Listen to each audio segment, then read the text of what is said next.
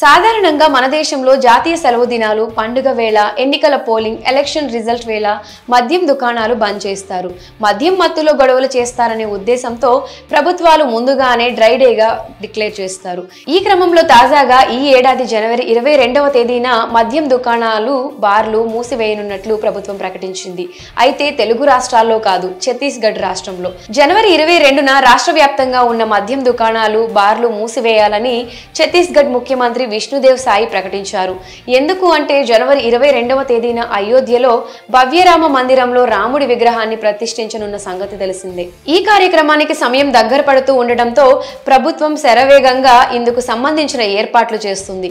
ఈ క్రమంలోనే జనవరి 22వ తేదీన ఛత్తీస్గఢ్ లో డ్రై డేగా అమలవుతుందని ఆ రాష్ట్ర ముఖ్యమంత్రి విష్ణుదేవ్ సాయి ప్రకటించారు. అంటే ఆ రోజు రాష్ట్ర వ్యాప్తంగా ఎక్కడా మద్యం విక్రయాలు జరగకూడదని ఆదేశాలు జారీ చేశారు.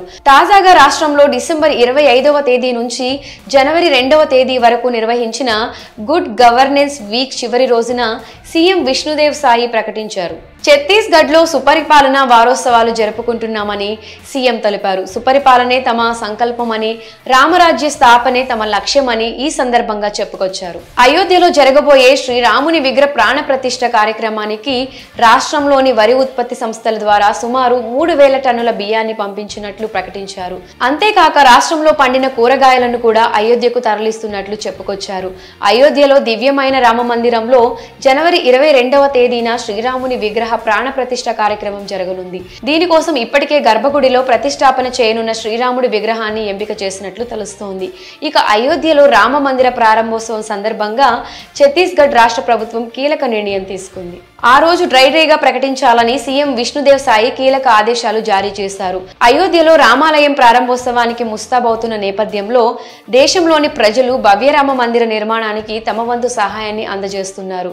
అయోధ్య ప్రారంభోత్సవానికి వచ్చే భక్తులకు అన్నదానం చేసేందుకు దేశం నలుమూలల నుంచి పెద్ద ఎత్తున నిత్యావసర సరుకులను అయోధ్యకు పంపిస్తున్నారు. ఇక రాముని తల్లి కౌసల్య సొంత ఊరిగా భావించే ఛత్తీస్గఢ్ లోని రాయ్పూర్ నుంచి భారీగా బియ్యం ట్రక్కులు అయోధ్యకు బయలుదేరాయి. శ్రీరామ జన్మభూమి తీర్థక్షేత్ర ట్రస్ట్ నిర్వాహకులు ఈ విషయాన్ని వెల్లడించారు. మరి జనవరి 22న మద్యం దుకాణాలు, బార్లు మూసివేయాలని ఛత్తీస్గఢ్ ప్రభుత్వం ఆదేశాలు